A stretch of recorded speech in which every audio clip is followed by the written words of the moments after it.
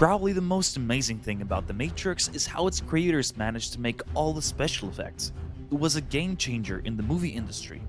Nowadays, of course, technology is a lot more advanced than it was in the late 90s when The Matrix was filmed, but the directors, Lillys and Lanas Wachowski, made the most use out of what possibilities they had back then, and they were way ahead of their time.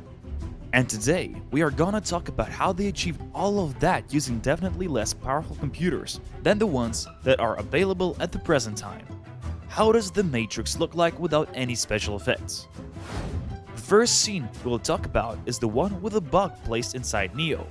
Quite revolting, right? Firstly, they used animatronics to create a body look-alike. They used them in the scene where the bug was swinging in the body, and also before that, where it is moving its tail before getting into the stomach. Needless to say, to create a bug, some CGI techniques had to be used. Hey, if you want to stay tuned when it comes to more new productions, subscribe to our channel and like it, just to make sure you will not miss any of our other videos and ideas. The scene with the fight in the lobby took advantage of pyrotechnics and some other practical effects alongside with, of course, awesome choreography. At the end of the shooting, the set was totally destroyed, but they did not actually burn it, as it appears in the movie. They made a replica, a few times smaller than the original. The funny thing is that it had not only been scaled down, but also put upside down, so that it seemed as if the flames were spreading around the area. In post-production, they added a CGI elevator door, and voila, all done. Later on in the movie, CGI was also used to create a car scene. However, a different approach was taken in the place of an old-fashioned green screen technique so that it would fit the movie better.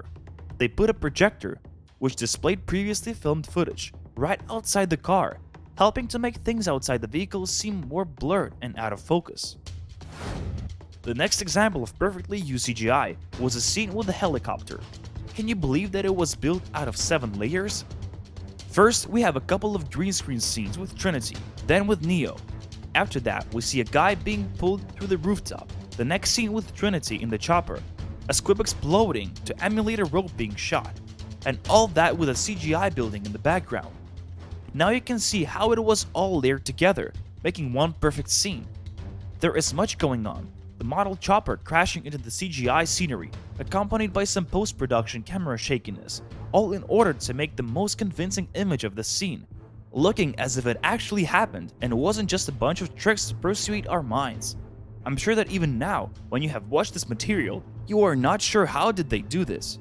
This is exactly how this was supposed to be done, and it was done perfectly.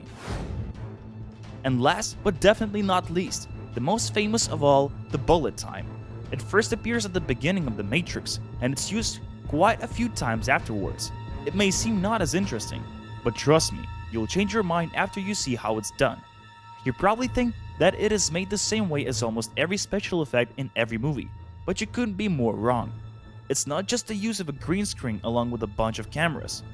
The interesting part is that while the standard playback rate in the majority of films is 24 frames per second, they used so many cameras that they gave them the ability to take as many as 120 frames per second.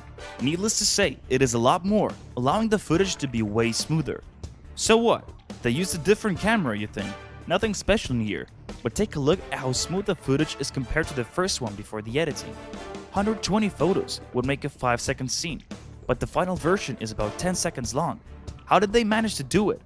Well, at first they had to set up a 3-dimensional computer visualization. There was some things to prepare, such as how far apart should the camera stand or where to put them. Even then, with all the basic information, the shot was not quite right. It was rather shaky compared to the final footage. In post-production, frames had to be adjusted so that everything would run smoothly as the camera would come close to the person. But there's one mystery left.